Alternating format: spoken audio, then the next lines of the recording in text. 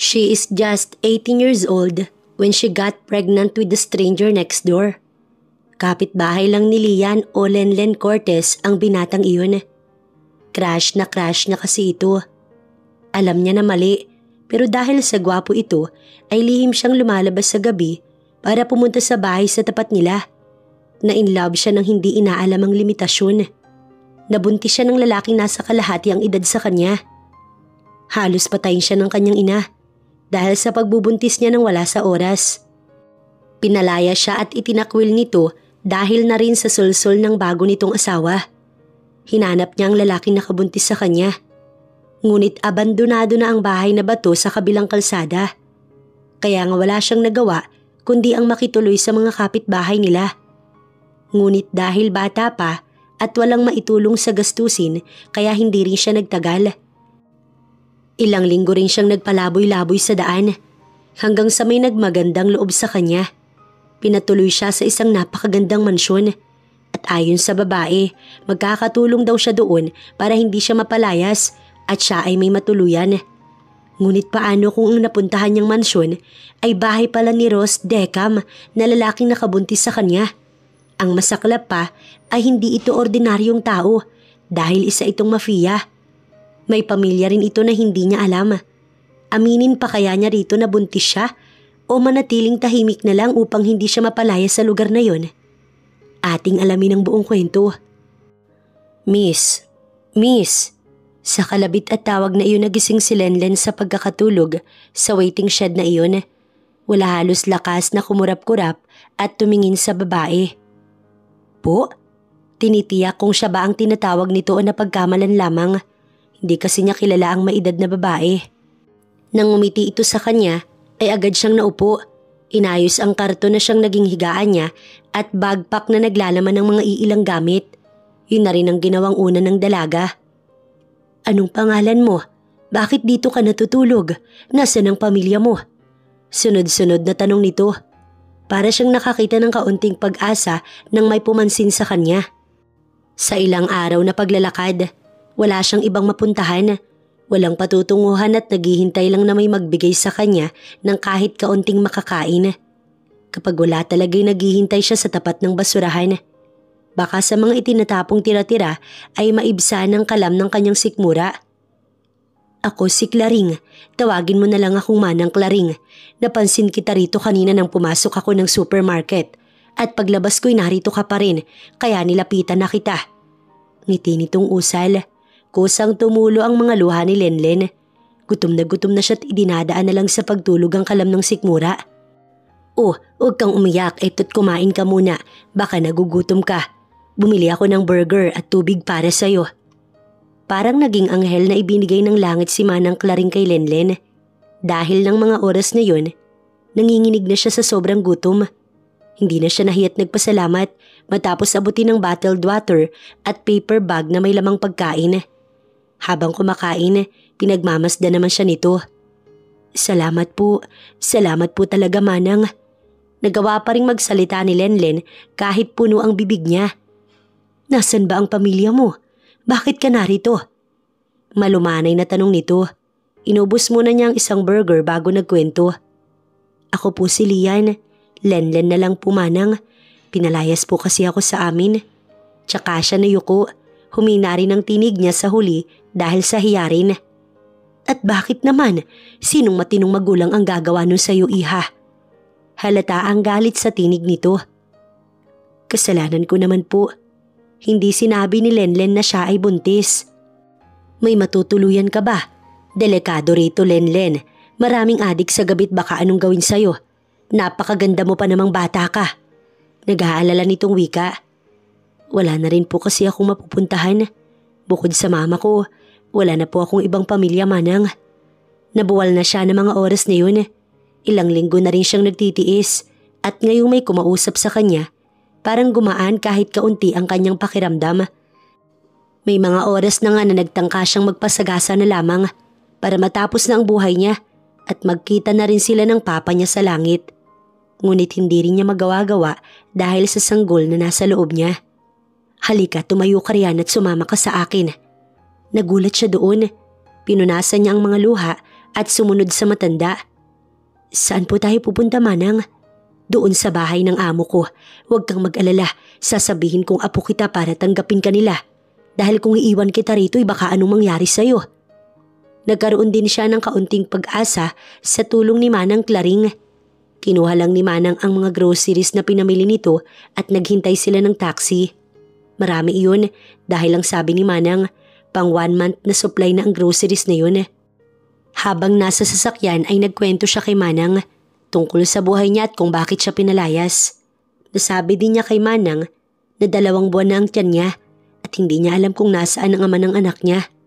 Hindi rin nga niya alam kung pananagutan ba siya ni Ross. Dahil alam kasi nitong 18 years old lang siya samantalang 36 na yun. Siya ang kusang lumalapit sa lalaking yun, kaya hindi rin niya pwedeng isisi sa lalaki kung bakit siya nabuntis. Siguro talagang nalawat per sight talaga siya rito. Bukod kasi sa matipuno nitong katawan, ay para rin itong isang Turkish actor na talagang mga lalaking kinababaliwan niya. Dito lang kami. Napasilip siya sa labas nang tumigil ang sasakyan at ganun na lamang ang gulat ni Lenlen nang makita ang malapilikulang bahay na bato. Mas namilog ang mga mata niya nang bumukas ang gate at tumambad ang kabuuan ng bahay. Mansyon. Sinundan pa niya na may nanlalaking mga mata. Oo Lenlen, mansyon ito at dito ka titira. Basta wag ka lang maingay kung sino ka talaga para hindi tayo magkaproblema. Bulong ni Manang habang pababa sila ng taxi. Itong bayad. Nauna siya sa unahan at talagang ang ganda-ganda ng kanyang mga nakikita. Bigla nga lang siyang gumilid ng may magarang sasakyan na patungo sa kanyang kinaroroonan. Palabas ito ng gate. Nayuko siya. Magandang araw po sir. Narinig niyang ani Manang pero iniwasan niyang tumingin roon para makaiwas sa mga tanong kay Manang. Who's that Manang? Naningkit ang mga mata ni Lenlen nang marinig ang baritonong boses nito. Parang pamilyar iyon, ngunit hindi niya nilingon. Apo ko po sir, masiglang wika ng matanda. Nang maramdamang umusad ang sasakyan nito, doon lang niya itinaas ang ulo. Ngunit sumenya si Manang na muling yumuko, kaya wala siyang nagawa kundi ang sumunod na lamang. Sino ho yan Manang? Pagpasok agad ng dalaga sa kusina ay may 3 kasambahay na tumigil sa kanika nilang mga ginagawa. Humarap sa kanya at nagtanong kay Manang. Siya si Lenlen, ang aking apo. Naalala niyo ba yung sabi ko na kailangan natin ng isa pang kasambahay? Siya ang tinutukoy ko Melva. Masigla nitong wika. Hindi mapaghalatang nagsisinungaling si Manang dahil sa galing nitong magsalita. Magandang araw po sa inyo. Pilit siyang umiti. Tila kakaiba ang tingin ng mga mata nito. Pero nadala pa rin ni Manang sa biro. Nasapawan na naman ba kayo? Pasensya na maganda ang lahi ng angkan ko. Tsaka ito tumawa. Hindi si Manang talaga. Ani ng isa na tila kasing tanda lang din niya. Isa-isang ipinakilala ni Manang Claring ang mga kasabahan. Ito nga pala si Melva. Mataba dahil cook. Bago ang amo siya muna. Tsaka nito sinabayan ng halakhak. Masiyahin talaga si Manang. Hoy, grabe ka sa akin Manang. Eto si Rosa, ang labandera ng mga dekam. Saglit siyang natigilan sa huling binanggit ni Manang. Pamilyar ang apelyidong iyon sa kanya. May asawa na ito pero iniwan para sa badyaw. Nahampas ito ni Rosa. Mukhang nasa 30s na ito. Kulot ang buhok at medyo payat. Mukhang kilay is life dahil sa kapal ng kilay nito. At ito si Laila, hindi ito hero sa ML ha. Doon na siya napangiti. Hi Lenlen, ilang taon ka na? Tanong ni Laila sa kanya. Mukhang mabait ito sa klase ng mukha at pananalita. May maamong muka na bumagay sa tsabing katawan nito. Magkasing tangkad lang siguro sila ni Laila. 18 na, ikaw? 20 na ako nung 1 buwan, mas matanda pala ako sa'yo. Tsaka itong umiti. Mabait naman ang mga kasambahay. Sana ay maging maayos lang ang lahat. Matapos nun ay itinuro naman ni Manang Claring ang silid niya. Sinabi nitong lola ang itawag rito para hindi sila mahalata. Naipagpaalam naman na daw siya sa amo nito at sumang-ayon naman daw. Nagpapasalamat talaga siya. Dahil kahit hindi siya naging mabuting anak, hindi pa rin siya pinabayaan ng Diyos. Sa kabila ng kasalanan niya na maagang nabuntis, ay may tumulong pa rin sa kanya. Kaya nga at tatanawin niya itong utang na loob hanggat siya'y nabubuhay. Dalawa tayo sa iisang silid. May 3 kwarto rito. Si Rosa at Melva ay sa iisang silid. Si Laila ay naroon sa isahang silid sa dulo ng pasilyo. Bukas ka na magsimulang magtrabaho. Maligo ka muna at maglinis ng katawan. Alam kong hindi ka pa kasi naliligo. Pinagtitinginan ka nila kanina. Baka iniisip na dugyot ka. Alam niya naman yun, lalo na at puro usok at talikabok sa kalsada at bangketang tinuluyan niya ng ilang linggo. Nagpasalamat na naman si Lenlen bago tumalikod si Manang. Umiti lang ito't nagsabing huwag kakalimutan ang kanilang pinag-usapan. Tsaka na lang din daw nila sasabihin na buntis siya sa mga kasama nila rito. Oras na lumaki na ang tiyan niya. Matapos niyang maligo, nagpahinga siya dahil ito talaga ang kailangan ng katawan niya. Lalo na at lagi na lamang siyang inaantok kahit maaga pa. Kaya kung saan siya antukin ay maglalatag lang siya ng karton at matutulog. Yun ang nakita siguro ni Manang kanina. Dahil para kasing inihigop ang mata niya kahit maaga pa. Siguro ganun talaga kapag buntis. Tanghalian ang gisingin siya ni Manang Claring. Kakain na raw kasi. Tara na Len, kain na rito. Ani Ate Melva. Salamat po. Anya nang abutan siya nito ng pinggan at kutsara at tinidor. Bulalo at inihaw na pusit ang ulam. Sobrang takam na takam siya. Kaya hindi na talaga siya nahiyang sumandok ng kanin. Sige, kuha lang. Ani Rosa. Tinulungan pa siya nitong maglagay ng sabaw. Si Laila ang humila ng upuan para makaupo siya. Pero habang kumakain, ay may pumasok na batang babae sa kusina. Hello Teo. Palipat-lipat ang tingin nito. Ang gwapo at puti ng 3 taon sigurong batang lalaki. Bilisan ninyong kumain. Mukhang nandyan na ang bruha. Ani Melva. Shut up. Don't talk to me. I hate you. You know. Sagot ng bata. Nagulat siya doon dahil sa diretsang salita nito. Ngunit hindi naman maganda. Ang bata-bata pa pero ang bibigay sobra. Bilis Lenlen, baka makita tayo. Hindi niya alam kung sino ang tinutukoy ni Manang pero sumunod pa rin siya. Who's this? Why she is pretty? Ani to sabay turo sa kanya. Yeah, she is Lenlen. Ani Laila. Lumapit pa ito sa bata nang nakangiti pero napatalon ito ng sipain ng bata ang binti niya. Tsaka mabilis na tumakbo. Pasalamat ka't bata ka. Kung hindi titirisin kita. Gigil na bulong nito na may dala pang aksyon. Kaninong anak po yun la? Anak yun ni Sir.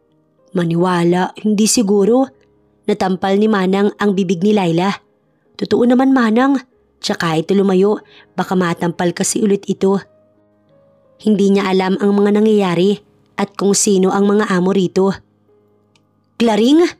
Nang marinig ng lahat ang matinis na tawag mula sa dining ay kanya-kanyang layo ang mga kasambahay maliban kay Manang. Opo ma'am, nandyan na. Ano ba't ang tagal? Nasaan ba si Ross? Bakit wala siya rito? Sinabi kong dito kami matutulog ngayong gabi. Bakit wala siya? Napayuko na lamang siya dahil sa taray ng pagsasalita nito. Napakagandang babae sana pero sobrang maldita naman. Natigilan siya sa taong binanggit nito. Ross daw? Oh, anong sabi Manang? Pinatalsik ka ba palabas ng kwarto? Biro ni Rosa kay Manang Claring nang bumalik ito sa kusina. Nagsilapitan ng lahat at nakibalita agad. Ayun, galit na galit. Lagi na lang daw wala kapag narito silang mag-ina. Bulong ng matanda, natawa si Rosa, Melva at si Laila. Nagpipigil nga lang upang hindi marinig sa labas. Buti nga, bakit ba kasi pinagpipilitan ng linsay na yan ang anak niya? Halatang hindi naman anak ni Sir. Tinapik ito ni Manang Rosa na mukhang ito ang pinakamarites sa mga kasambahay dito. Aray, totoo naman ho niwala nga kahit katiting na hawig yung bata sa ama. Tapos kung makipagdikdikan niyang linsay, akala mo ay ililigal ni Sir? Aba, ayos siya. Pag yan ang ging amo natin, lalayas talaga ako dito sa mansyon. Muli nitong sinaway ni Manang Claring kaya tumalikod na lang na nakataas ang isang kilay. Maglalaban na ako, bahala na kayo dyan. Pahabol pa nito. Hindi man lang lumingon ng mga kasama nito at tuloy lang sa pag-uusap tungkol sa babae. Linsay pala ang pangalan nito. Maganda siya at sexy pero ang taray ng aura at maldita talaga. Halatang halata yun. Pati anak nito'y mukhang nagmana rin sa ina. Ayon kay Manang, ay ex-girlfriend ito ng kanilang amo at Rose ang pangalan. Kung pagdudugtungin ng pangalang narinig niya at apelyidong sinabi ni Manang kanina, ay Rose Decam ang full name nito. Ayaw niyang magtanong kay Manang, baka kasi kung ano ang isipin nito. Pero kung sakaling iisang Rose lang ang nakabuntis sa kanya at ang amo niya ngayon, wala siyang magagawa. Hindi siya maghahabol kung sakali dahil may anak na rin pala ito. Ang nais lamang niya ay may matuluyan at maayos na pagkain. Pero kung totoong si Rose nga talaga yun, masaya na siya dahil ang minamahal niya ay sa iisang bubong lang sila nakatira. Hindi siya manggugulo dahil unang-una sa lahat, siya ang may kasalanan kung bakit siya nabuntis ni Rose. Matapos niyang maghugas ng pinggan, bumalik siya sa kwarto nila ni Manang para matulog. Inaantok na naman siya kahit kagigising niya lamang. May nakita rin si Lenlen na mangga sa lamesa kaya kumuha siya ng 2 at dinala sa kwarto. Noong 1 linggo pa niya hinahangad ang murang manggang yun. Mula daw yun sa likod at sinungkit niya Ate Rosa kanina. Pinatong lang nito iyon sa mesa kung sino daw ang gustong kumain ay kumuha lamang. Kaya nga hindi na siya nag-aksaya ng laway at kinuha niya. May peeler din siyang dala, suka at toyo na may kaunting asukal ang kanyang sausawan. Hoy, ano yan ha? Papasok na siya ng kwarto nang maabutan siya ni Laila. Mangga, ngiti niyang usal. Nakikita ko po ang tinatanong ko, ba't dyan ka sa loob kakain yan?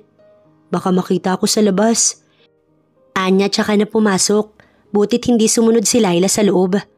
Kulang ang 2 sa buntis, kaya humabol pa siya ng 1 pa. Pero natigil si Lenlen nang makarinig ng mabilis na yabag sa hagdan. Sumilip siya sa may pader. How many times do I have to tell you na anak mo si Teo, Rose? Sigaw ng babae habang sinusundan nito si Rose. Natigilan siya nang makita ito mula sa malayo. Si Rose nga yun at napakagwapo pa rin ito. Napatakip siya ng bibig. Naiiyak siya nang hindi niya malaman kung bakit. Huwag mo namang ipagdamot sa bata ang isang ama. Maawa ka kay Teo. Sigaw nito. Nilingon nito ang babae. Gusto kong ipa-DNA si Teo. At oras na napatunayan kong niloloko mo ko, Lindsay, may kalalagyan ka. Hinuklit nito ng malakas ang braso ng babae na kumapit sa kamay nito. Don't do this to your son. Anak ang hinahanap mo, di ba? Ayan na ang anak na gusto mo. Ano pa ba? Just leave me alone, Lindsay. Isama mo ang anak mo. Dahil hanggat hindi ko napapatunayan na anak ko nga ang batang yan, asahan mong ito ang mangyayari. Mariin siyang napapikit nang makitang lumuhod ang babae sa harapan nito, tsaka humawak sa laylayan ng polo ng lalaki. Rose, please. Matagal na din na hinihingi mo yung anak sa akin noon at heto na nga. Binibigyan na kita. Bakit hindi mo na lamang tanggapin? Umiiyak nitong wika. Get off me. You were. Listen, Lindsay. Alam kong hindi akin yan. Alam ko. Anito tsaka nito tinalikuran ng babaeng nakaluhod. Rose! Parang napipibigla si Lenlen dahil sa mga nasaksihan niya. Hindi siya agad nakahuma. Kung hindi pa siya kinalabit ni Manang, hindi pa siya kukurap. Narinig mo na, kaya mag-iingat ka sa mga kilos mo, Lenlen. Masamang magalit si Sir Rose. Babala nito sa kanya. Para madali ang trabaho mo, ilalagay kita sa garden at ilipat ko si Laila sa paglilinis sa 2nd floor ng bahay. Magdidilig ka, magwawalis ng mga dahon at maglilinis ng swimming pool. Ikaw ang magme-maintain ng mga hardin, ititrim ang mga tanim doon kapag medyo mataas na. Dati kasi may hardinero pero umalis na dahil nag-asawa. Hindi na ulit kumuha si Sir ng hardinero kaya kami na lamang ang nag-aayos ng garden.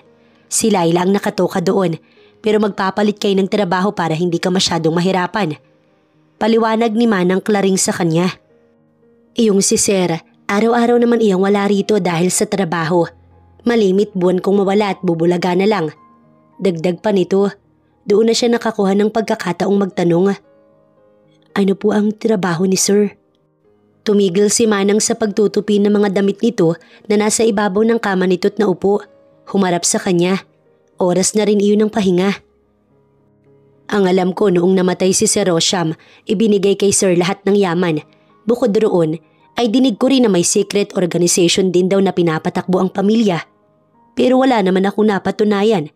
Ang alam ko lang, sa 1 buwan makaisa o 2 beses itong umaalis at uuwi sa susunod na buwan na. Naisip namin na may negosyong inaayos. Doon na pumasok sa isip niya na baka isa sa naging trabaho nito noon ay ang tumuloy sa bahay na bato sa tapat ng kanilang bahay sa Laguna. Siguro may mga katotohanan dahil kung araw wala si Ross doon, gabi lang din kung uuwi. Minsan ay may nakita din siyang baril sa ilalim ng kama nito noong sandaling pumasok siya sa silid nito.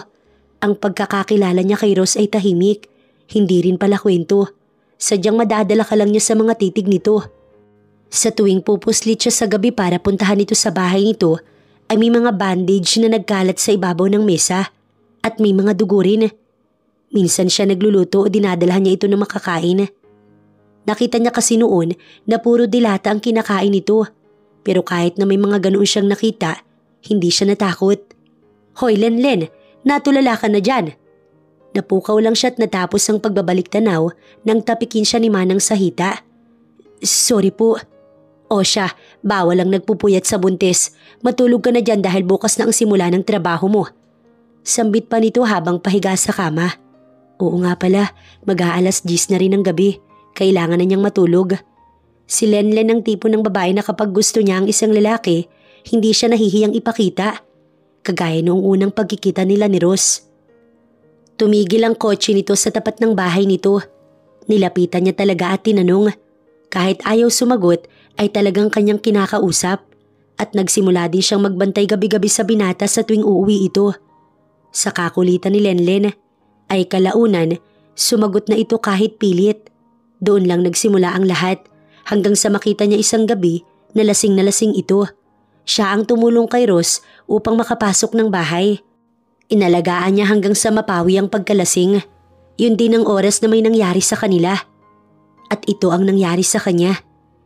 Siguro ay talagang nakatakda itong mangyayari. Gising na si Lenlen ng alas 5:30 ng umaga. Nagmilo at tinapay lang siya, tsaka na dumiretso sa garden. Dala ang kalaykay, net na may mahabang hawakan, walis at dustpan. Tinuntun niya ang hardin. Tumigil siya sa gitna ng halamanan at pinagmasdan ng pagsikat ng araw. Napakaganda nun. Maya-maya ay natigilan at napatingin sa likuran si Lenlen. Otomatiko siyang nayuko sa mataas at mayabong na dahon ng mga bulaklak.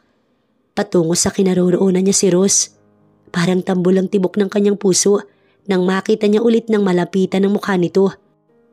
Ayaw niya nang magpakita hanggat maaari dahil bukod sa may anak ito, natatakot din siya na baka anong sabihin nito. Alam niya na mabait naman ito pero hindi showy. Pero sa nakita niya at narinig kahapon, parang bigla siyang naduwag. "Yes, did you find her?" Baritonong tinig na pumailan lang sa hardin. "Idiot, find her at huwag kayong titigil. Naiintindihan ninyo?" Sa lakas ng boses nito, mariin siyang napapikit. Naluluha siya nang hindi niya alam kung bakit. Pinilit ni Lenlen na ikubli ang hikbi dahil ayaw niyang mas magalit ito oras na makita siya na nakikinig sa usapan. "Listen, you need to find her as soon as possible. Dahil kung hindi may kalalagyan kayo." Sa diin at galit na tinig, wala siyang nagawa kundi ang magpatuloy sa pagtatago sa likod ng tanim na yun. Mabuti na lang at umalis din si Ross agad, kaya nakalabas si Lenlen sa pinagtataguan. Siniguro muna niyang nakalis na talaga ito bago siya nagsimulang maglinis ng hardin. "Tama na muna yan, Len, kumain muna tayo. Nagugutom na ako." Ani Laila. Bumulaga ito sa kanya habang nasa tabi siya ng pool at nangunguha ng mga dahon sa tubig. "Sige Lai, susunod na ako." Sagot ng dalaga. "Tara na, huwag kang magbadali dyan. Unahin mo ang tiyan dahil nakakagutom kapag maraming ginagawa." Tsaka ito tumalikod. Itinapon niya muna ang laman ng trash can sa garbage bag at itinabi niya muna iyon dahil hindi pa talaga tapos ang kanyang trabaho. May puno kasi ng kaimito malapit sa pool, kaya talagang mahuhulugan ng dahon ng tubig. Sa likod siya dumaan at tumikot patungo sa kusina para doon na pumasok. "O Lenlen, halika na, kain na habang hindi pa bumababa ang bruha." Nasa mesa sa kusina ang 4 na mga kasama niya at nagsimula ng kumain. Si Manang ang tumayo para kuhanan siya ng plato. "Yang bunganga mo, Rosa. Baka marinig ka ng babaeng yun. Ay nako, malalagot ka talaga." Bulong ni Melva rito. "Ay nako, bakit ba? Kung marunong lang sanang magpakabait yan, di sana maayos tayo't hindi kinakabahan. Mantakin ninyo, bawat utos ay kailangang nasa harap kanya kaagad. Ano ko, Flash? Parang isang kisap mata na sunod kaagad ang inuutos niya. Ang kapal. Mukhang galit talaga si Rosa sa babaeng yun. Hindi pa naman siya nauutusan nito at hindi pa sila nagkikita, kaya safe pa rin siya. Itigil nyo na mga bibig nyo, baka pababa na yun at marinig kayo. Sabat ni Manang. Hindi na siya nakisali dahil hindi naman siya nasigawan ni Ma'am Linsay na sinasabi ng mga ito. Panay lang ang kanyang subo. Tusino at tuyo ang nilantakan niya. Napapakurap na lang ng sunod-sunod ang mga nakakakita dahil sa gana niyang kumain. Umalis na ba si Sir? Ani Melva. Hindi ko alam, parang hindi pa yata. Sabat naman ni Laila na tumalikod na upang idiretso sa hugasan ng pinggan. Kailangan ko pang magpalit ng mga kurtina sa taas. Mauna na ako sa inyo. Dugtong pa nito. Saktong kakatapos lang nila din na magagahan nang maramdaman na naman ni Linsay ang yabag ng matulis na takong sa hagdan. Klaring! Klaring! Nasa CR si Manang kaya hindi ito nasagot. Si Melva ay agad namang tumalikod at si Rosa na parang Flash na bigla na lamang nawala sa kinatatayuan nito. Ano ba, Klaring? Anyone? Muli nitong sigaw. No choice na si Lenlen kung hindi ang lumabas at lumapit kay Ma'am Linsay. Ma'am, may ginagawa po si Lola. Nasa CR po siya. Ano pong kailangan niyo, ma'am? Nanginginig niyang wika. Namimilog ang mga mata nito. Tinitigan siya mula ulo hanggang paa, tsaka tumaas ang isang kilay. Sino ka? Si Lenlen po, ma'am. Tumaas muli ang kilay nito. At sinong nagpapasok sa'yo sa mansyon na to? I told Claring na wag magpapapasok ng kagaya mo. But why are you here? Lumayas ka. Lumayas ka dito. Tsaka siya nito hinila sa braso at kinaladkad palabas ng bahay. Ma'am, wag po, wala po akong ginagawang masama, ma'am. Maawa na po kayo. Sorry po. Hindi, umalis ka. Yang mukha mo hindi ka pwede dito. Hindi ka pwede rito. Umalis ka. Tsaka siya itinulak palabas. Ngunit hindi siya diretsong bumagsak sa simento. Dahil may kung sinong sumalo sa likod niya at sa kanyang braso. Kitang-kita niya ang pamimilog ng mga mata ng babae habang nakatuon ang tingin nito sa likod niya. Rose, mahinang bulong nito. Doon na tumambol ang puso ni Lenlen. Rose, it's just Hindi narinig ni Lenlen na sumagot ang lalaki. Itinayo siya nito. Naroon pa rin ang kabog sa kanyang dibdib. Lalong mas lumakas ang tibok nun nang saglit siya nitong titigan. Nakita ni Lenlen ang gulat sa mga mata nito pero mabilis ding napalis. Tsaka ito tumingin sa babae. Misunderstanding? Baritonong tinig nito na nagpayuko sa kanya. Lalo na nang hawakan nito ang babae sa kamay at mabilis na hinila patungo sa hagdan. Rose, nasasaktan ako. Sambit ng babae. Ngunit marahas nitong itinuloy ang ginagawa. Walang pakailam ang lalaki kung mabunggo, madapa ang hinihila nito. Panay din ang sigaw at wag mamakaawa ng babae. Ngunit hindi yata ito marunong makinig. Gusto niyang tulungan pero natatakot din siya. Umiiyak na kasi ito dahil sa pag-untog ng braso sa railings ng hagdan. Lenlen, anong nangyari? Bakit ka sumisigaw? Oo nga, kitang-kita kinaladkad ni Ma'am Linsay. Anong nangyari? Dugtong ni Laila. Malamang nasapawan ng beauty at ayaw na may kasapaw kaya pinapalaya si Lenlen. Napatingin ang lahat maging siya kay Rosa na kararating lang. Oh, totoo naman yun. Naalala niyo ba na sinabi dati ni Linsay na yan na huwag tatanggap ng kasambahay na maganda at sexy? Dahil ano? Dahil natatakot siya na baka maagaw ni Lenlen si Sir Ross. Kala mo naman may relasyon. Gayong bata lang ang dahilan kaya yan narito. Sinamaan ito ng tingin ni Manang. Okay po, eto na. Mananahimik na nga at babalik na sa likod para magbilad ng labada. Anito tsaka ito tumalikod. Muling tumingin si Laila at Manang sa kanya. Ayos ka lang ba, Lenlen? Wala bang masakit? Bigla niyang inawat ang bibig ni Manang dahil kamuntik na nitong mabanggit ang salitang tiyan. Ayos lang po la, wala namang masakit sa akin. Ayos lang ho.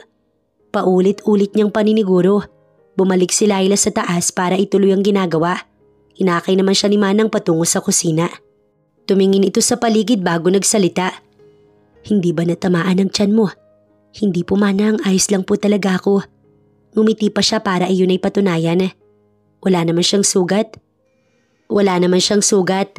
Tanging pasalang sa braso dahil sa madiing paghawak ni Ma'am Lindsay kanina sa kanya. Maputi kasi siya kaya kitang-kita iyon. Huwag ka na magpapakita kay Ma'am ha. Sa garden ka lang o dito sa kusina. Dahil ayaw ko sino na may kagaya mo rito sa mansyon. Gaya nga ng sabi ni Rosa kanina. Sumang-ayon naman siya pero hanggang ngayon, may takot pa rin sa kanyang puso. Kaba at takot ang nagrarambol doon. Dahil nakita na siya ni Rose at nagagalit pa sa kanya si Ma'am Lindsay. Bumalik si Lenlen sa garden para ituloy ang naiwang gawain. Nang makitang wala ng dahon sa pool, saglit siyang naupo sa plastic na upuan na naroon sa gilid ng pool. Tumulo bigla ang kanyang mga luha. Hindi niya alam kung bakit ganito siya. Hindi naman niya ugali ang umiyak ng walang dahilan. Ang nanay niya pinalayas din siya. Tapos dito, mukhang hindi rin siya magtatagal. Paano na lang kung palayasin din siya dito? Babalik na naman siya ulit sa lansangan. Matutulog sa bangketa at mga waiting shed. Parang ayaw niya na ulit bumalik dun. Umagos ang luha niya. Sinusunod niya iyon ng punas gamit ang palad. Pero tila wala iyong katapusan. Ngunit ikinagulat ni Lenlen nang may mag-abot ng panyo sa kanya. Nang itaas niya ang ulo upang tignan kung sino, doon siya nagitla at saglit na hindi nakapagsalita.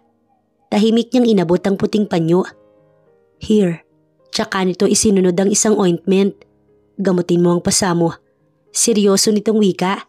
Dahan-dahan niya iyong kinuha. Salamat sir. Bulong niya.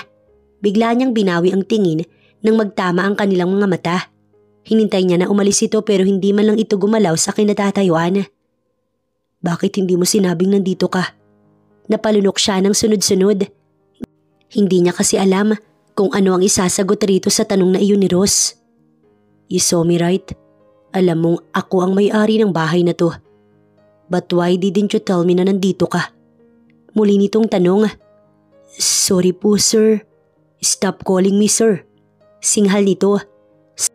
Sanay na rin naman siya sa ugali nito dahil araw-araw naman siyang iniisnab ng taong ito noon.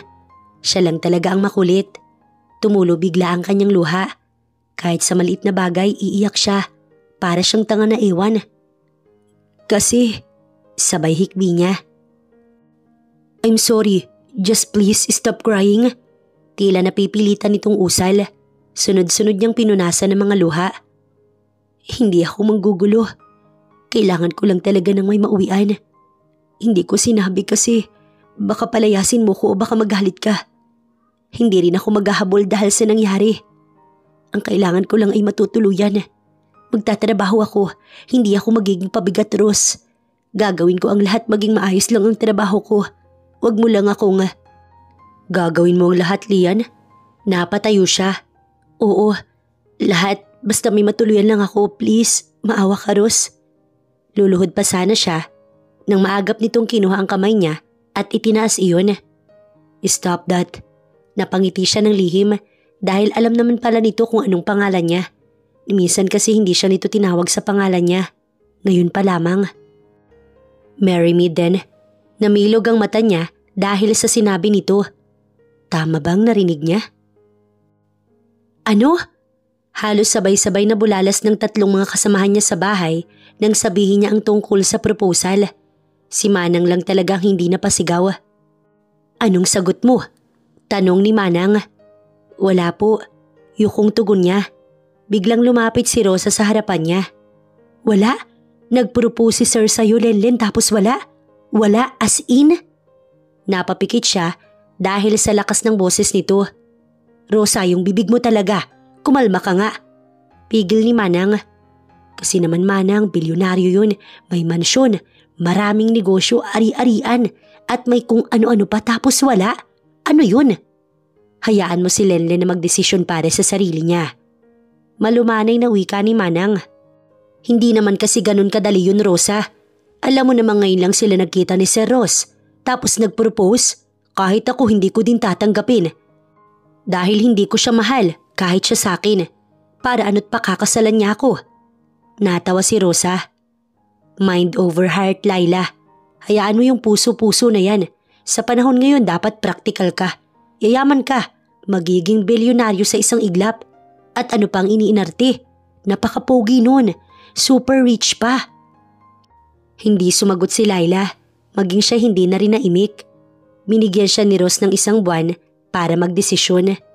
Sinabi nito na kailangan nitong malaman ang sagot niya bago matapos ang buwan. Ika-4 na araw ng buwan pa lang ngayon at may ilang linggo pa siya. Hindi niya alam kung anong dapat isagot niya dahil may anak ito at may obsessed na ex-girlfriend. Kanina pa nga lang na makita siya nito, kinaladkad na siya palabas. Paano pa kaya kung naging asawa siya o nalaman nitong pakakasalan siya ni Ross? Baka hindi lang kaladkad ang gawin nito, baka sobra pa doon. Ayaw pa niyang mamatay dahil may bata na umaasa sa kanyang mabubuhay ito at iingatan niya hanggang sa lumabas. Hayaan niyo muna si Lenlen. Hindi kayo ang pakakasalan kaya manahimik na kayo. Hayaan niyong magdesisyon siya para sa sarili niya. Sige na, magsibalik na sa trabaho. Kanya-kanyang talikod ang mga kasambahay. Pero si Rosa, naririnig niya pa rin ang bulong nito. Hay nako, iba na talaga ang utak ng mga kabataan ngayon. Butit hindi ako ang tinanong. Baka hindi pa nagtatanong umuun agad ako. Natawa na lang siya sa narinig niyang iyon. Alam niya naman na siya lang din ang iniisip ng mga ito. Pero ayaw niya kasing madaliin dahil baka sa huli siya lang din ang maging kawawa. Hindi naman niya hinihiling na panagutan siya ni Ross. Ayos na nga sa kanya na may matutuluyan siya at may makakain. Sapat na iyon sa kanya at hindi na siya naghahabol ng yaman. Hindi siya ganun at ayaw niya ng away. Ayaw niya ng gulo dahil kung ganun lang din, mas mabuting umalis na lang siya rito. Isang linggo ang mabilis na lumipas. Natahimik pansamantala ang paligid dahil wala si Ma'am Linsay.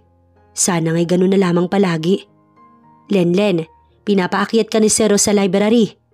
Nakaupo siya at kumakain ng cake sa kusina nang bumungad si Manang. Nilingon niya ito. Nandyan po si Sir Ross? Ayaw niyang tawagin lang ito sa pangalan at baka makahalata ang mga kasambahay na magkakilala na sila dati ng lalaki. Oo, kaya mamaya mo na ubusin yan. Ibalik mo muna sa… Pero natahimik na lang si Manang nang isubo ni Lenlen ang kalahating slice ng cake. Naubos na pala. O siya, sige na. Nitong mga nakaraang araw, gustong gusto niya talaga ang mga chocolates, cakes at kung ano-anong mga matatamis. Kaya nga halos si Lenlen ang nakakaubos ng cake sa fridge at mga stock na chocolate doon. Sinasabi ko sa iyo, Lenlen, lalaki talaga yung anak mo kung hindi ka mag-iingat. Bulong ni Manang. Masarap po kasi talaga eh. Ngumisi siya bago tumalikod. Ilang araw din na hindi niya nakita si Ross. Hindi naman niya alam kung nasaan ito pumupunta. Hindi siya nagtatanong. Hindi niya inaalam dahil wala naman siyang karapatan. Sino ba siya para alamin ang kilos nito? Pagtapat ni Lenlen sa pintuan ng library, kumatok siya ng 3 beses. Come in. Wika ng mahinang tinig. Pagbukas niya ay nakaupo sa working table nito si Ross at nakatapat ang tanaw sa laptop sa harapan nito na nakapatong sa mesa. Sa tabi ay kape at nakatambak na maraming mga papel. How are you? Seryoso nitong tanong. Hindi naalis ang tingin sa laptop. Hindi na siya naupo dahil hindi naman siya pinapaupo nito. Sit down. Doon lang siya gumalaw at naupo sa sofa. Hindi kalayuan sa mesa ni Ross. Hindi ka raw lumipat ng kwarto? Muli nitong tanong. Hindi pa rin siya sumagot. Sinabi ko kay Manang na lumipat ka ng kwarto dito sa itaas. Pero ayon kay Manang hindi ka sumunod. Why is that, ha? Nakatingin lang si Lenlen sa mesa nito. Sa kaliwang bahagi nun ay may 3 box ng Hershey White Chocolate. Hindi niya pinakikinggan ang mga sinasabi ni Ross dahil ang atensyon niya ay nasa bars ng chocolate. Sumagot ka, Lian. Tumaas ang boses nito at napaayos siya ng upo dahil sa gulat. Ha? Kasi ano? Sinabi kong lumipat ka pero ano? Pwede bang akin na lang yung… Biglang natigilan si Ross nang magsalita si Lenlen at ituro ang chocolate sa mesa nito. Nilingon pa ng dalagang binata para tignan ang magiging sagot nito at reaksyon na rin. What? Napayuko siya nang makita ang mga kilay ni Ross na halos magdugtong na. Akin na yun? Ngumiti siya ni hindi niya hinintay ang sagot nito at hinuklit ang isang bar at bumalik sa kanyang upuan. Napakurap-kurap si Ross dahil doon. Dahil mukhang hindi talaga nakikinig si Lenlen at mas inuuna talaga nito ang chocolate. Fine, get out. Tumayo siya agad at nagpasalamat ng nakangiti dahil sa hawak na bar. Napailing si Ross. Hindi na iyon nakita ni Lenlen dahil lumabas na ang dalaga. Ngunit habang pababa, hindi niya napansin si Ma'am Lindsay na paakyat din. Kasama nito si Teo at magkahawak ng kamay ang dalawa. Hi, napatingin siya sa unahan ng hagdan nang kawayan siya ng bata. Nasa itaas siya 3 hakbang pababa kung saan naroon ang dalawa. You still here? Agad siyang gumilid nang marinig ang galit nitong tinig. Hindi ka talaga marunong mag-isip, no? Hindi niya na ito inintindi at humakbang na pababa. 5 baitang bago ang sahig. Pero nang madaanan niya ang babae, gano'n na lamang ang gulat at takot ni Lenlen nang bigla siya nitong itinulak. Pinilit pa niyang humawak sa railings, ngunit hindi niya iyon naabot. Isang malakas na pagbagsak ang nagpagulat sa mga kasambahay sa kusina. Lenlen! Narinig niya ang sigaw ni Manang. Nagawa niya pang maupo kahit nangihina at sobrang sakit ng katawan. Pero nang makita ang hita niya na may umaagos na dugo, doon na siya unti-unting nawalan ng malay. Ngunit bago pa siya nahimatay, narinig pa ng dalaga ang sigaw ni Ross mula sa itaas. Lian! It's not my fault, Ross. Get out of my way, Lindsay. Bulyaw ang tanging naisagot ni Ross rito nang salubungin ni Lindsay nang makababa ito ng hagdan. Diretso ito sa kinaroroonan ni Lenlen. Dali-daling binuhat ng binata ang walang malay na dalaga. Sumunod si Manang Claring palabas ng mansyon. At ang ibang mga kasambahay ay umalalay lamang habang ipinapasok sa sasakyan ng babae. Mami, is she died? Tanong ng bata. Nakatingin ito mula sa labas ng main door. Binuhat ni Lindsay si Teo at tumalikod agad. Halata ang galit sa mga mata nito. Shut up. Let's go upstairs. Manang, sasama kami. Napalingon ng matanda. Dito lang kayo. Ako na lang ang sasama. Bulong ni Manang tsaka ito pumasok ng kotse. Si Ross ang nag-drive ng sasakyan. At halos paliparin ng binata ang kotse sa bilis ng pagmamaneho. Mayat maya kung sulyapan nito si Lenlen sa backseat na inaalalayan naman ni Manang upang hindi matumba sa kinaroroonan. Kaunting tiis lang, Lenlen. Huwag kang bibigay. Huwag mo nga hayaang mawala ang anak mo. Kaya mo yan. Tapangan mo ang loob mo. Hindi mapigil ang usal nito sa nakapikit na babae. Sige na, gumising ka. Pero anumang sabihin ni Manang, hindi talaga ito nagigising. Bakit siya dinudugo, Manang? May sugat ba siya? Nag-aalalang tanong ni Ross. Nakatingin ito sa front mirror habang nagsasalita ito. Nayuko si Manang Claring. Ayaw sana niyang sabihin, pero wala rin siyang pagpipilian kundi ang umamin. Kasi ho, tumigil bigla sa pagsasalita si Manang nang tumigil ang kotse.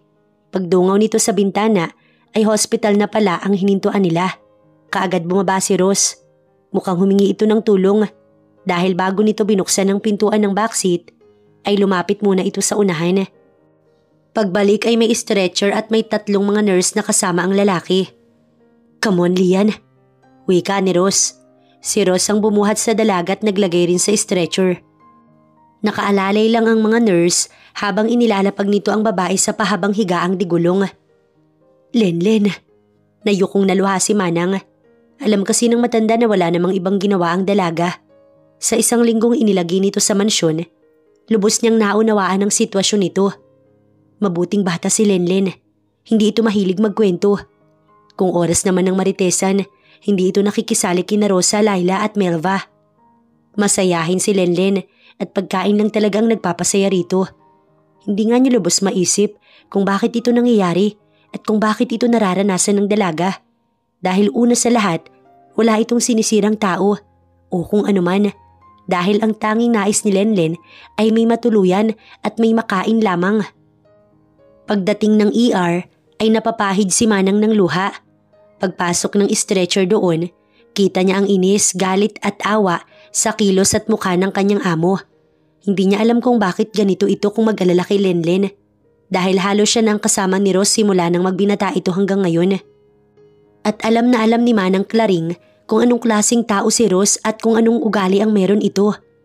Ni hindi niya ito nakitang nag-aalala sa ibang tao. Kadalasan seryoso lamang ito at ni ang ngumiti ay nakalimutan na yata. Huling nakita niya itong ngumiti noong 19 years old pa lamang yata ito. Nang tumapak na kasi ito ng adulthood, hindi niya na halos nakikita ang kasiyahan sa mga mata nito. Mas nawala ang ngiti nito nang mawala ang ina at ama ni Ross. Doon niya talaga naramdaman ang pagiging malamig nito. Magsasalita lang o magtatanong kung may kailangan. Pero kung wala, never mo siyang maririnig na nagsalita. Hindi rin kasi ito pala utos. Siya lang talaga ang nag-uutos sa lahat. Makailang ulit itong pabalik-balik sa harap ng bakanting upuan. Parang siya itong nahihilo sa ginagawa ng lalaki. Maya't maya kung sapuhin ang ulo at halatang hindi talaga ito mapakali. Tell me, Manang, bakit dinudugo si Lian? Nagkasugat ba siya? Anong nangyari? Bakit ganun? Kahit sa pagsasalita, halata ang takot at pag-aalala roon. Sir, hintayin na lang po natin ang doktor. Kumalma po muna kayo't maupo. Magiging maayos ang lahat, sir. Hindi ito naupo. Lumapit lang si Ross sa pader at sumandig. Sinundan niya ito ng tingin. Walang anumang emosyon ang makikita sa mga mata nito. Madilim ang anyo nito na animoy may kung anong iniisip. May kalahating oras din ang paghihintay nila nang lumabas ang doktor. Babae iyon na siguro, nasa 40 na ang tanda. Agad na lumapit si Ross. Dok, kamusta siya? Ayos na ba siya? Anong findings? Natigilan ng doktor sa sunod-sunod nitong tanong. Speak up, Dok. Kamusta siya? Gigil na tanong nitong muli. Sir, kumalma po kayo. Saglit itong napasinghap at hinarap muli ang doktor. You're the husband? Nilingon niya si Ross kung ano ang sasagot nito sa maling sinabi ng doktor. Yes, I am. Malumanay na sagot ng lalaki. Akala niya itatama iyon ng kanyang amo. Pero inako nito ang sinabi ng doktora. Nagulat siya roon. Listen, sir. Your wife is 2 months pregnant. Muli niyang pinasadahan ng binata. Namimilog ang mga mata nito. Hindi ganoon ang iniisip niyang magiging reaksyon ng lalaki. Pero hindi siya nagsalita at nanahimik lamang. Pregnant? Are you sure? Tumango ang doktor. Mabutit na agapan natin agad ang pagbibleeding ng pasyente at nabigyan siya agad ng pangpakapit. Nagsagawa rin kami ng ultrasound upang malaman ang kalagayan ng baby sa loob. Thanks God that they are all safe inside. They? Yes, sir. Quadruplets ang magiging mga anak ninyo. Napaupo na lamang si Manang Claring sa unahan dahil parang kinapos siya ng hininga dahil sa narinig niya. Lenlen? Dahan-dahan niyang iminulat ang mga mata. Nakita niya si Manang Claring na nakatunghay sa kanya. Nasaan po ako? Nasa hospital ka, iha. Tila biglang bumalik sa isipan niya ang mga nangyari sa kanya. Babangon sana si Lenlen nang mapangiwi siya sa sakit. Huwag ka munang gumalaw, hindi ka pa masyadong magaling. May bandage ang kaliwang binti niya at pati na ang kanang braso. May mga gasgas ka dyan at nagka-fracture ka din sa binti, Lenlen, pero sabi ng doktor magiging maayos din yan sa ilang araw. Inilibot niya ang paningin. Mukhang si Manang Claring lamang ang nandito. Si Sir Ross ba? Lumabas lang siya saglit para bumili ng pagkain. Ngiti nitong usal. Ang lakas naman ng pakiramdam ni Manang. Lumapit ito sa kanya at naupo sa istol na upuan sa tabi ng kanyang kama. Lenlen, may itatanong lang sana ako. Huwag mo sanang masamain, ha? Ano po yun? Tila nag-aalangan pa ito kung itutuloy o hindi ang sasabihin. Nakita niya ang paghinga nito ng malalim. Sino ang ama ng anak mo? Nagulat siya ron, hindi kasi niya ine-expect na iyon ang itatanong ni Manang Claring. Si Sir Ross ba? Mas namilog ang mga mata niya nang dugtungan iyon ni Manang. Hindi nakasagot si Lenlen dahil hindi siya sigurado kung sasagutin niya ba iyon o hindi. Lenlen, narinig mo ba ako? Opo, si Sir Ross po. Napatakip ito ng bibig. Sa sobrang gulat ay napainom pa si Manang ng tubig. Tumingin ito sa kanya at talagang napasign of the cross pa si Manang. Diyos ko, paanong nangyari yun, Lenlen? Alam mo bang maaari kang mapahamak dahil dyan? Alam niya pero hindi niya naman kasi sinasadya ang lahat. Hindi niya alam na may anak si Rose at may ex-girlfriend itong sobra ang pagka-obses sa lalaking ayaw naman sa babaeng iyon. Isa pa, pinilit niya namang wag na sanang umabot sa ganito pero kasi hindi niya hawak ang isip ng mga tao sa paligid niya kaya ito nangyari. Ipinaliwanag ni Lenlen ang lahat kay Manang. Simula nang magkakilala sila ni Rose hanggang sa napalaya siya ng ina niya dahil nabuntis siya. At nakita siya nito sa waiting shed noon. Sinabi rin niya na hindi niya habol ang pera o kung ano man ang meron si Rose. Willing nga din siyang itago ang lahat hanggat kaya para lamang may matuluyan at siya'y makain. Pero tadhana na kasi talaga ang gumagawa ng paraan. Yung anak ko po Manang, ayos lang po ba siya? Nang makahuma ay nagtanong siya rito. Ngumiti ang matanda na hindi niya alam kung bakit. Maayos sila Lenlen. Ayon sa doktor walang napinsala isa man sa mga anak mo. Nanlaki ang mga mata niya. Mga anak ho? Anya't tumango ang matanda. 4 ang mga anak mo Lenlen. Quadruplet sila sabi ng doktor. Parang kinapos siya ng hininga dahil sa narinig niya. 4? Ang dami nun. Natatakot na masaya ang naging reaksyon niya. Natatakot kung paano niya yun ilalabas lahat. At masaya dahil sa isang anakan ay 4 agad. Lenlen, hindi ko talaga alam kung paano ako sasaya. Dahil sa tuwing iniisip ko si Ma'am Linsay ay parang napapawi lahat ng kasiyahan ko. Simula ngayon, kailangan mo nang mag-ingat iha. Dahil alam natin kung anong klaseng babae si Linsay. Gagawin nun ang lahat masira ka lang at mapalayas ka sa mansyon. Dahil ayaw ng babaeng iyon na may ibang nakakahigit sa kanya. Doon na siya kinabahan, hindi ng kanyang ikinatatakot kanina. Lalo na nang maalala ang pagtulak nito sa kanya sa hagdan. Alam niyang itinulak siya nito kahit hindi niya nakita dahil naramdaman niya ang kamay sa likod niya bago siya gumulong sa hagdan at bumagsak. Bumukas ang pinto at nang malingunan nila ni Manang kung sino ang pumasok, lumayo agad si Manang. Bumalik ito sa sofa. Kumabog bigla ang kanyang puso. Nang lumapit si Rose at may mga dalang ipinatong nito sa mesa sa gilid ng kanyang kama. You're awake. Kanina ka pagising? Seryoso lang lagi ang boses nito. Hindi naman iyon malakas. Oo. Sir, uuwi muna ako. Kailangan din kasi ako sa mansyon. Tumingin siya kay Manang. Nagpaalam din ito sa kanya. Hindi sana siya papayag pero si Rose, sumangayon ito. Hindi na siya sumalungat. Baka kasi kung anong isipin nito sa kanya. Paglabas ni Manang, bumalik ang tanaw niya kay Rose. Gusto mong kumain? Naupo ito sa stall na katabi ng kama. Nahihiya siyang tumango para kasing hindi siya sanay na ito ang nagsisilbi sa kanya dahil kadalasan ay siya iyon. What do you want? Sakto lang na tumayo ito at binuksan ng mga paper bags nang maluha siya. Hindi niya alam kung bakit. Siguro dahil naramdaman niya na may tao din palang nag-aalala sa kanya. Napahikbi si Lenlen at mukhang narinig iyon ni Rose. Otomatiko itong lumingon at ibinaba ang styro na hawak. Hey, wait, what happened? May masakit ba? Tatawagin ko ang doktor. Nakayuko lang siya habang sinusunod ng punas sa mga luha. Tatawagin ko si Doc, wait me here. Ngunit maagap niyang hinawakan ng palad nito. Huminto ito sa pagtalikod at bumalik sa tabi niya. Why? Baritonong tinig nito. Tumunghay ito sa kanya. Salamat pero hindi ko naman kailangan ng pag-aalaga mo. Umuwi ka na doon at pabalikin mo si Lola rito. Bulong niya. Bigla nitong iwinasiwas ang kamay niya na nakahawak sa kamay nito. What? Tumaas ang tinig ni Rose. Alam niyang galit ito. May anak ka at... Don't tell me na itinataboy mo ko Lian. Because of what? Sa bata? Wala akong anak Lian.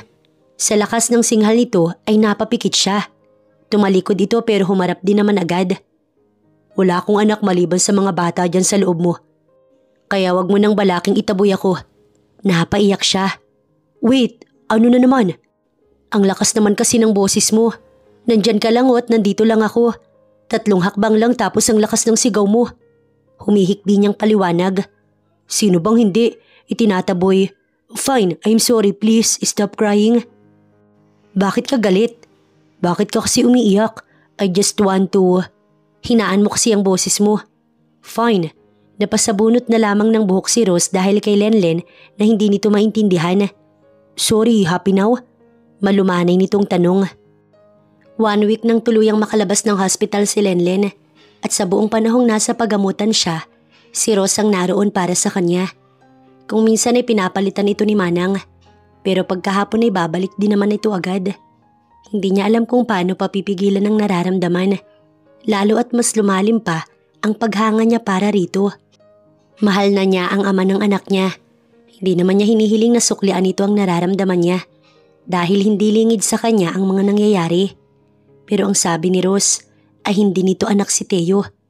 Kung ganun nga, kawawa pala ang bata dahil umaasa itong may ama. Magiging ina na rin siya at naramdam niyang masasaktan talaga si Teo oras na malaman nito ang katotohanan. Wala naman daw kasing nangyari sa kanila ni Lindsay simula nang naghiwalay ang mga ito years ago. Hoy, mag-usap nga tayo, Lenlen.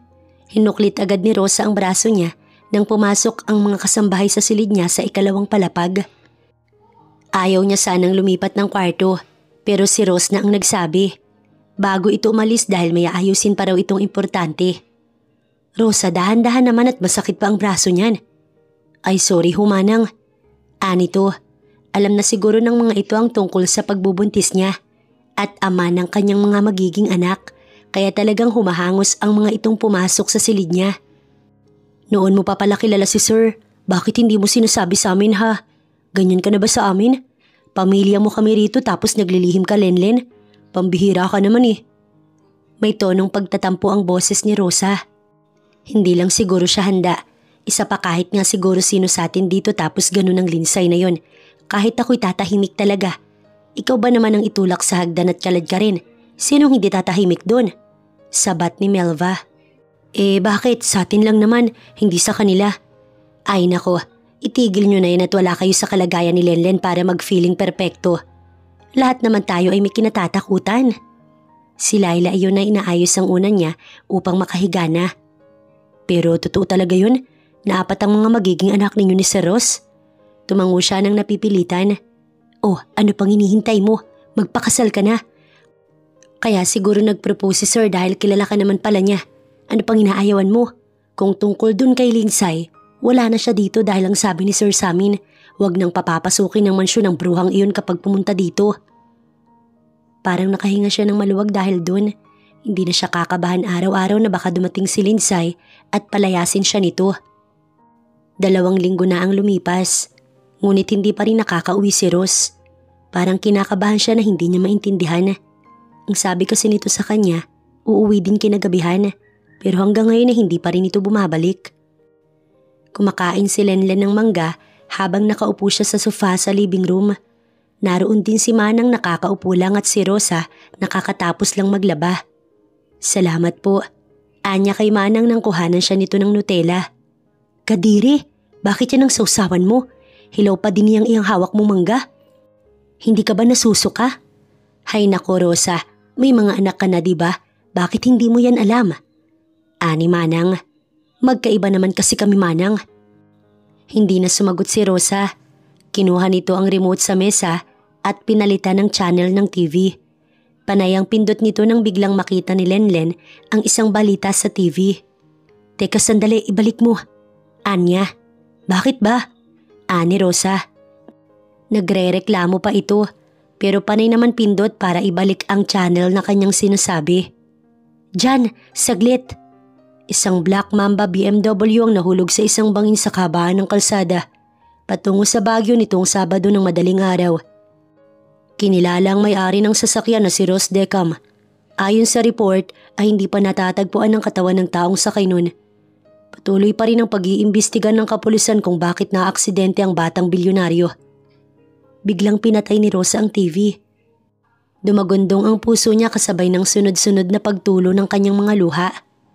Lenlen, baka nagkakamali lang ang mga pulis. Hindi pa natin alam, tahan na. Baka makasama iyan sa mga anak mo. Humahagulgulo siya't hindi niya iyon mapigilan. Hindi niya mapigilan ang mga luhang pilit kumakawala sa kanyang mga mata. Len, tama na, hindi yun si Sir. Sigurado ko dun. Maging si Rosa hindi rin mapigilang siya yakapin. Pero walang sino man ang nakakapagpatahan sa kanya.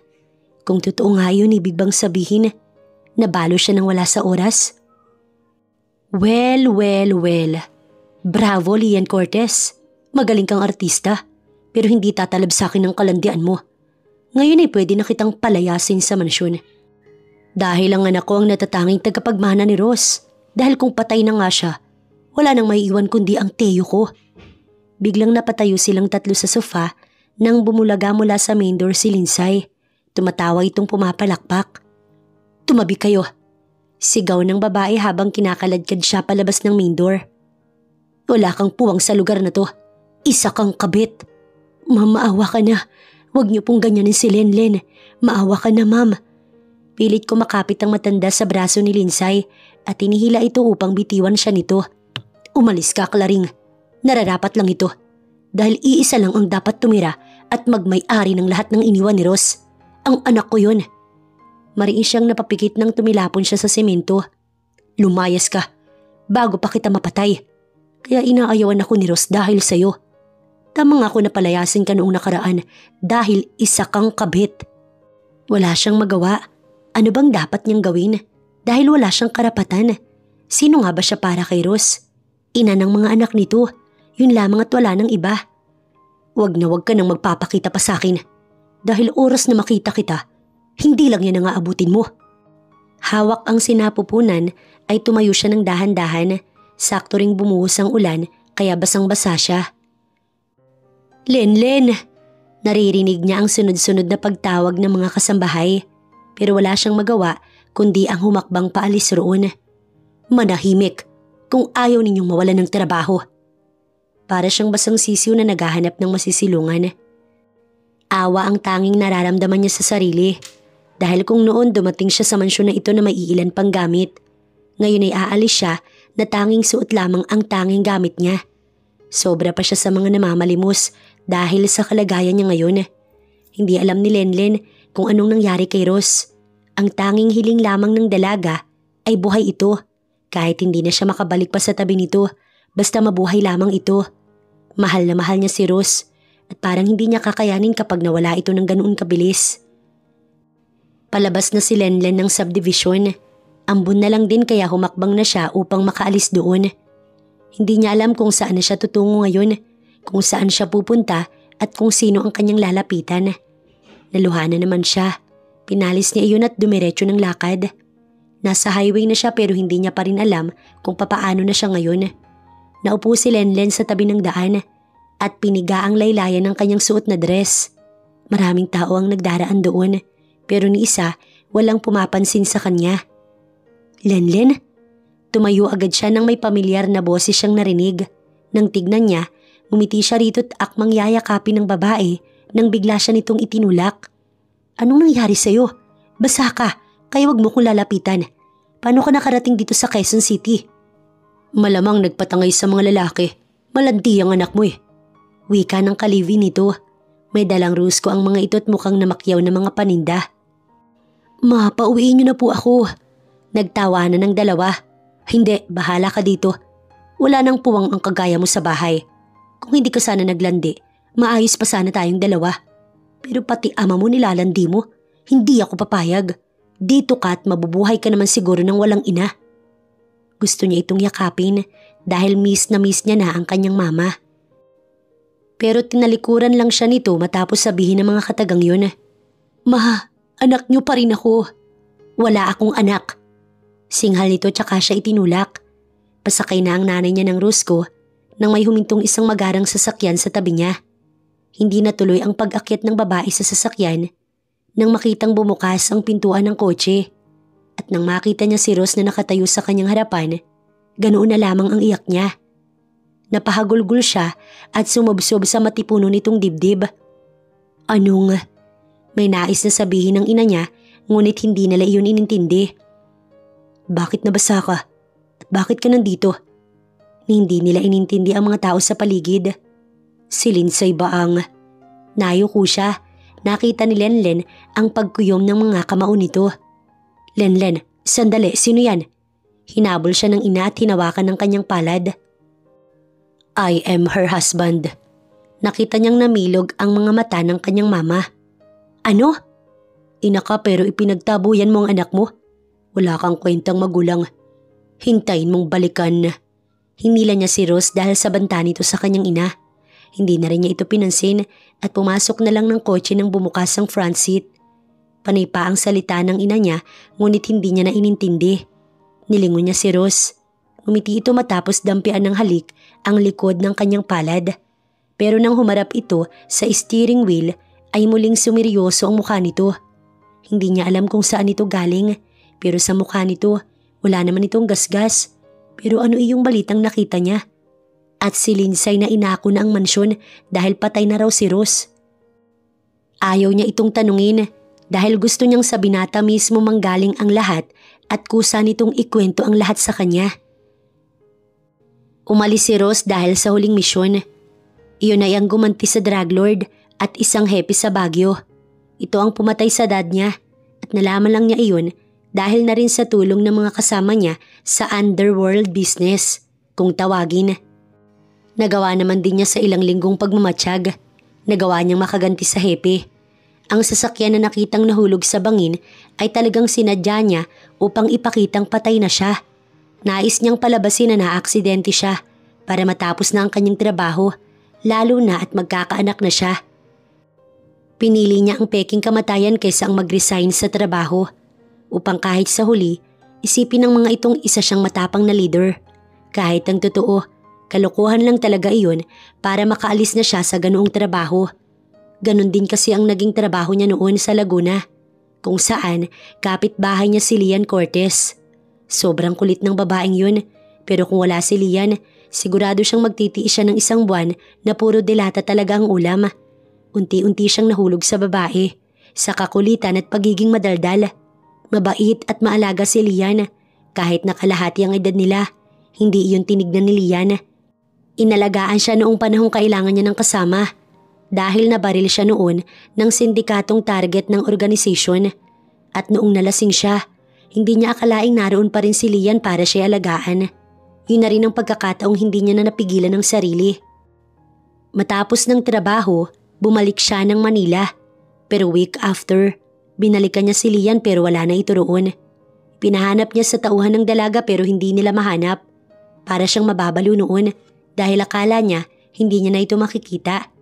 Pero nagulat siya nang makita ang dalaga sa mismong bahay niya. Anong sabi mo? Thank you, sabi ko. Pababa na sila ng kotse nang sabihin iyon ni Lian. Isang halik sa labi ang sagot niya. At namilog talaga ang mata ng fiancé niya. Natawa siya na ikinagulat nito.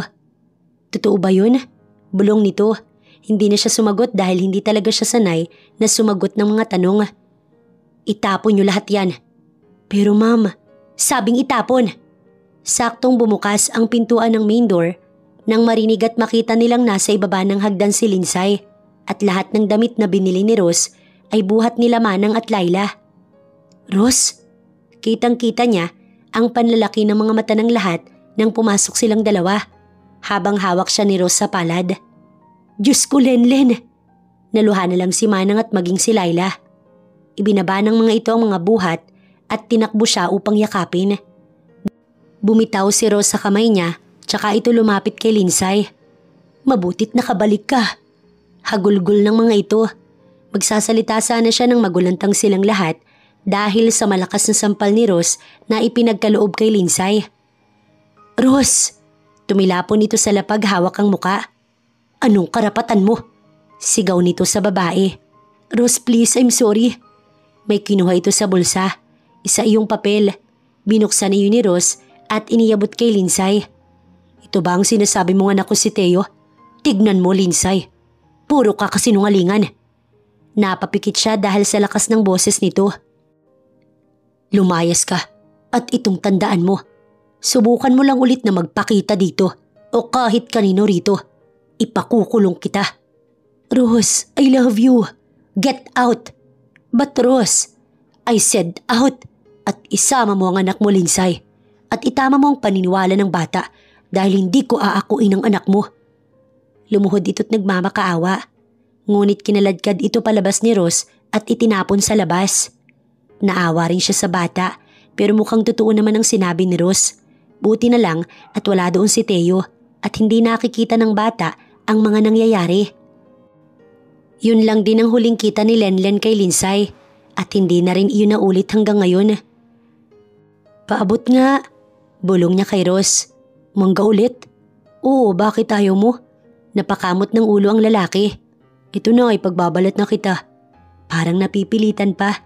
Mag-aapat na buwan na ang tiyan niya at mas malaki yun sa normal na 4 na buwan. Hindi naman kasi isa ang laman nun, kundi 4 na baby. Excited na natatakot siya, pero dahil nasa tabi niya na si Ross, nababawasan ng takot sa kanyang puso. Maalaga ito at laging nariyan kung ano ang kanyang gusto. Kadalasan ay pabago-bago ang mood niya, pero talagang mahaba ang pasensya nito at hindi na rin sumisigaw dahil lagi talaga silang nag-aaway kapag ganun. Ang kasal ay hindi muna natuloy dahil sa laki ng tiyan niya. Nangako naman siya na oras na makapanganak, hindi na talaga siya tatanggi. Sa ngayon ay masayang-masaya na siya sa piling ni Ross. Salamat kay Manang Claring dahil ito ang naging daan para magkita ulit sila ni Ross. At sa mama niya, hindi niya alam kung anong nangyayari pero hiling niya na sana. Maayos lang ito dahil kahit itakwil siya at ipagpalit sa ka-live-in ito, nanay niya pa rin ito. Alam na din ng mga kasambahay kung ano sila ni Manang. Sadyang nagsinungaling lang si Manang noon para matanggap agad siya sa mansyon. Manang! Natigilan ng matanda sa paghihiwa ng mautal-utal siya sa pagtawag rito. Hawak ang tiyan na sobra na rin ang laki. Ang bigat-bigat nun at ramdam na ramdam niya talaga. Bakit? Manganganak ka na ba? Diyos ko, oo nga, naninigas niya ang tiyan mo. Anito nang mahawakan ng kanyang tiyan. Inalalayan siya nito pa upo. Kumalma ka, sandali at tatawagin ko sila Rosa. Laila, Melva, tulungan niyo kami dito. Manganganak na si Lenlen. Isa-isang dumating sa kusina ang mga kasambahay. Aray! Nadapa pa si Rosa sa sobrang kakamadali nitong pumasok sa pinto ng likod bahay. Yung mga gamit ng mga baby, sa taas silid Laila. Rosa, tawagan mo si Sir. Kanya-kanyang talikod ang lahat.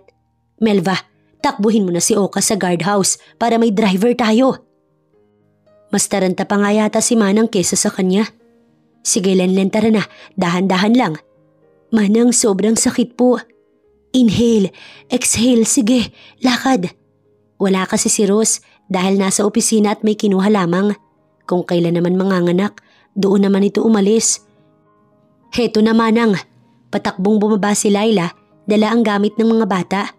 Natawagan ko na, ipag-drive daw si Lenlen ni Oka, hahabol daw si Sir sa hospital. Ani Rosa. Tara na dali.